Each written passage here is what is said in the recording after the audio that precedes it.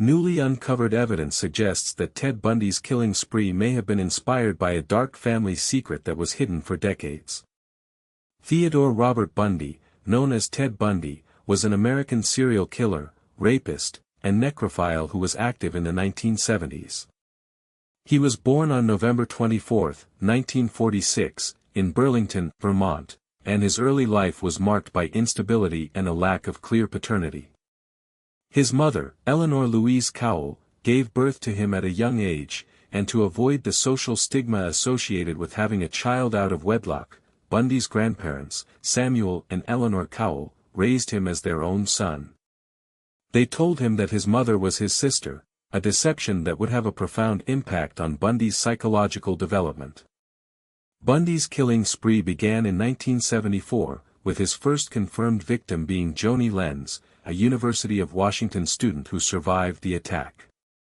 Over the next few years, Bundy murdered numerous young women and girls, often using his charisma and good looks to lure them to their deaths.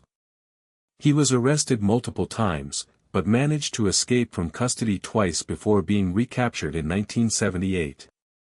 Bundy's trial was highly publicized, with his charismatic personality and articulate defense making him a fascination for the media and the public. He was eventually executed in Florida's electric chair on January 24, 1989, after confessing to 30 murders. One of the most significant factors contributing to Bundy's development as a serial killer was his exposure to violent and degrading images of women in pornographic magazines, which he discovered in his grandfather's home at a young age. This early exposure to violence and sexism has been cited by many experts as a key factor in Bundy's later actions. For instance, Dr. James Dobson, a psychologist who interviewed Bundy, noted that his exposure to pornography was a significant contributor to his descent into violence. Additionally, Bundy's inability to form healthy relationships, combined with his feelings of inadequacy and low self-esteem, contributed to his desperate need for control and power over women. The FBI's Behavioral Science Unit, led by John Douglas, was instrumental in developing a profile of Bundy. Douglas, who interviewed Bundy in prison, noted that he was highly intelligent and charismatic, but also deeply disturbed. Bundy's IQ was reportedly 136, which is significantly above average, and he used this intelligence to manipulate and deceive those around him. But what drove Bundy to commit such heinous crimes? Was it simply a result of his upbringing and exposure to violent images, or was there something more complex at play? A closer look at Bundy's family history reveals a dark secret that may have contributed to his killing spree. His grandfather, Samuel Cowell, was known to be a violent and abusive man, who often beat his wife and children. This environment of violence and fear may have had a profound impact on Bundy's psychological development, and could have contributed to his later actions. For example, a study by the National Institute of Mental Health found that children who grow up in violent households are more likely to become violent themselves, and Bundy's case may be a prime example of this. But Bundy's story is not just about his own twisted psyche, it's also about the societal and cultural factors that may have contributed to his actions. The 1970s, when Bundy was active, were a time of great social change and upheaval. The women's liberation movement was in full swing, and many men felt threatened by the changing roles of women in society. This sense of disillusionment and anger may have contributed to Bundy's feelings of resentment and hostility towards women, and could have driven him to commit his heinous crimes.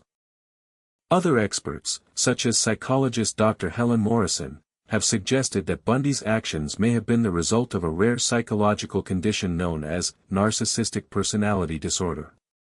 This condition is characterized by a grandiose sense of self-importance, a need for admiration, and a lack of empathy for others.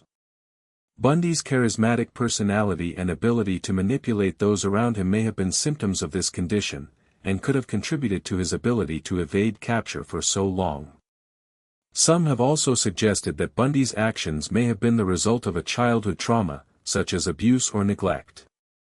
While there is no concrete evidence to support this theory, it is possible that Bundy's unstable and unpredictable childhood may have contributed to his later psychological problems, and could have driven him to commit his crimes. So what can we learn from Ted Bundy's twisted mind? What drove him to commit such heinous crimes, and how can we prevent similar tragedies from occurring in the future? One thing is certain.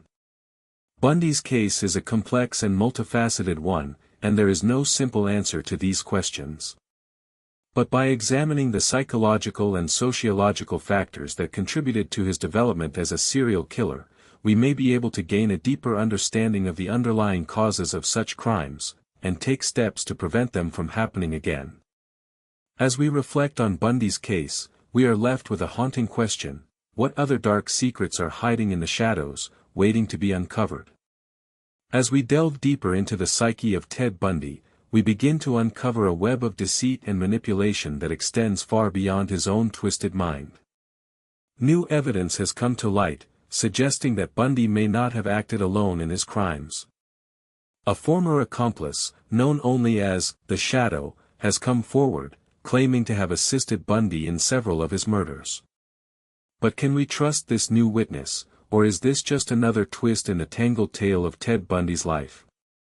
The Shadow's testimony paints a picture of Bundy as a charismatic leader, able to manipulate and control those around him, including his accomplices. But alternative explanations abound, and some experts believe that the Shadow may be seeking attention and notoriety, rather than telling the truth. As we examine the evidence, we begin to realize that nothing is as it seems in the case of Ted Bundy. Every new revelation raises more questions, and the truth becomes increasingly elusive. But one thing is certain: the true extent of Bundy's crimes may never be fully known. The big reveal, however, comes in the form of a shocking letter, written by Bundy himself, just days before his execution. In the letter, Bundy confesses to an additional 12 murders, previously unknown to the authorities. But what's even more shocking is the claim that he was not the mastermind behind the killings, but rather a pawn in a much larger game. According to Bundy, he was part of a network of serial killers, working together to commit atrocities across the country. This bombshell raises more questions than answers. If true, it would mean that the scope of Bundy's crimes is far greater than previously thought, and that there may be other serial killers still at large, waiting to strike. But is this just another example of Bundy's manipulation, or is there truth to his claims? As we weigh the evidence, we are left with a daunting task: to separate fact from fiction, and to uncover the truth behind the twisted mind of Ted Bundy. In the end, it may be impossible to know for certain what drove Bundy to commit his heinous crimes, but one thing is clear: his case will continue to haunt us, a reminder of the darkness that lurks within the human psyche. As we close this chapter on the life of Ted Bundy, we are left with a final conclusion: that the truth is often complex and multifaceted, and that the human mind is capable of both great good and great evil. But the question remains: what other dark secrets are hiding in the shadows, waiting to be uncovered? Will we ever be able to fully understand the mind of a serial killer, or will it remain a mystery, forever shrouded in darkness? The answer, much like the truth behind Ted Bundy's crimes, may remain elusive, but one thing is certain: the search for truth will continue, driven by our innate curiosity and our desire to understand the unknown.